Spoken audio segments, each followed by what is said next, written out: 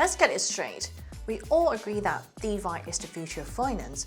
If you got opinions on it, you are either a banker or one of those stubborn dudes, but that is really not the focus of this video. We are here to discover tools that will make your DeFi journey smoother and possibly helping you find that 100x gem. This is because DAXs or blockchain data can often be difficult to read and confusing.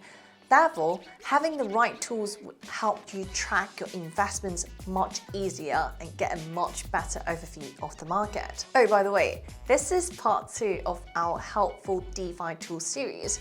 I couldn't cover everything in just 10 minutes, so if you missed first part, click the link in the top right corner. If you're still staying in this video, I assume that you're here for part 2. In that way, let's kick started with the first one on my list. Let's go. The first one on my list is DeFi Llama. This is really my go-to source for anything DeFi related. First of all, this is completely free, so that is a bonus. Secondly, it gives you the critical data like the total value logged in DeFi applications, fee and revenue details, and token slippage across different blockchains. It is designed for both beginners and seasoned investors, and DeFi Llama really brings you some of the very user-friendly tools like portfolio tracker, DeFi token price charts, and news aggregator, all in one place. So accessing this wealth of information is really as simple as visiting their website.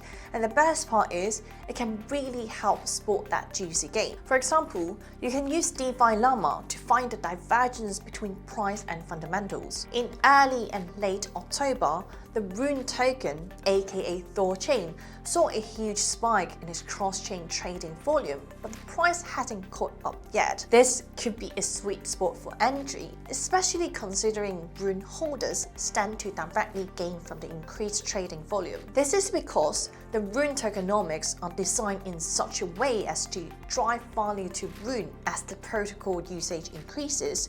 Due to this and the bullish market conditions, the Rune token price went from $1.50 in October to over $6 in November. Those who spotted this divergence using DeFi Llama can easily make a 4x return. The next one on my list is Oracus. It is a service for you to check out all the inflow and outflow of the token, whether it's going to centralized exchanges or decentralized exchanges. If more tokens are flowing into SACs, it suggests that there might be more trading activities going on for that token because people like trading on SACs for the cheaper fees. Unless if you're from the US, then you'll have tax issue. On the flip side, if you see more tokens going into DAX, it might signal increased DeFi activities like staking or lending. For your convenience, I'll suggest joining the Telegram group.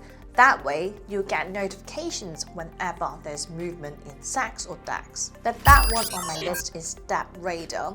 It is a platform that tracks and analyzes decentralized applications or dApps across different blockchain networks. This is a powerful tool because hunting down a good performing dApp is a full-time job, but Rader allows you to trace each and individual dApps of how they are doing, the user activity, transaction volumes, or protocol rankings. It also makes it easy to discover, track, and trade everything DeFi, including NFTs. The protocol is particularly helpful to gamers.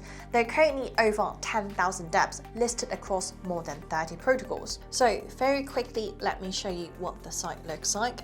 I'm currently on the first page of Rader. So on the left side of the website, there are different rankings in terms of the dApps, and also you can choose from different chains. So BNB chain still has the most dApps because it's a lot cheaper to build on BNB compared to Ethereum, so maybe that's why. And here you can also see different sectors that you would like to evaluate, because in crypto you still got to find your own niche, whether it's gaming or NFTs or DeFi or social file.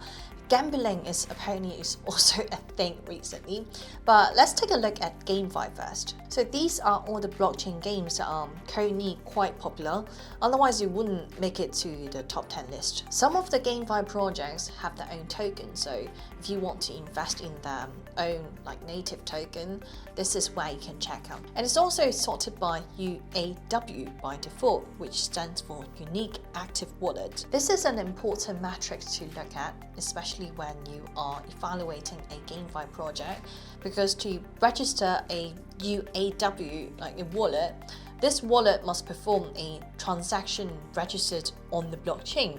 It could be any in-game token swap or NFT purchase or daily reward claims, just basically anything that interact on the chain. And at the bottom of the project name, you can see which chains that they are built onto. Moving on to the next one on my list, we also have DeFi Screener. As the name implies, it is a real-time monitoring and visualization of all DEX's activities across most of the blockchain networks you could think of. Simply put, you can now examine a lot of explorers without being forced to browse just coins from more popular options like Ethereum, Binance, or Polygon. It then provides consolidated data stating the daily transaction and volume of the overall network, and a filter shows data at the DEX level. Now, it does offer some very similar features to DeFi Tools. If you have no idea what I'm talking about, I'll advise you to check out my part 1 video first. Very quickly, let me show you what it looks like on DeFi Screener.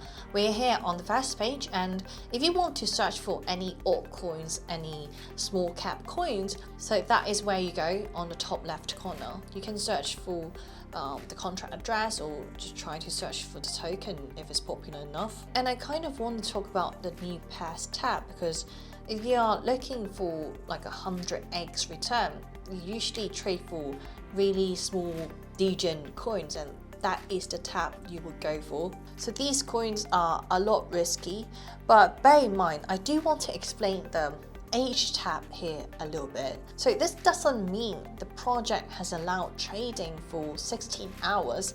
This only means 16 hours ago, the project created this contract, because I realized this might be a misunderstanding. And why is this so important, and why I have to talk about this age tab? So any projects that are listed here, that means you can start trading it if you want. But if the project created that contract and immediately allowed for trading, that means think about it, how much care they have put into the project. So I'm not suggesting that, a project created the contract and immediately allow for trading, they must be a scam, because there are exceptions. But I will take this into consideration if I'm trading a degen coin, because all these coins we are seeing now, 99% of them, they're not going to exist tomorrow, so be very careful. Last but not least, we also have DeFi Analytics. It serves as a blockchain analytics platform, making on-chain data less of a head scratcher. It's also free to use, although the API goes by the pay-as-you-go route. Now, why should you care?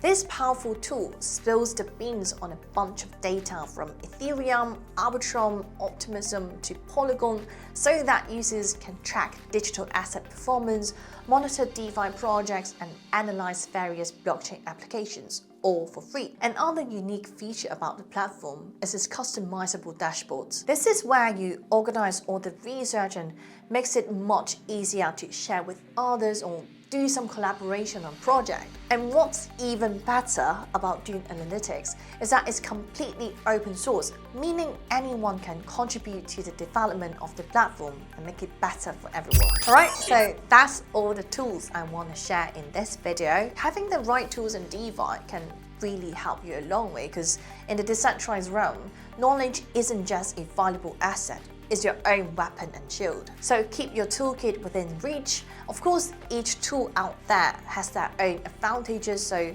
feel free to try out different stuff first and find a handful that you feel the most comfortable with. However, if we missed any other tools in this video, do let us know in the comment section below, and perhaps we'll do a part 3 of this topic. Who knows? Anyhow, if you want more regular updates from me, do follow me on Twitter and Instagram, and I'll see you guys in the next one.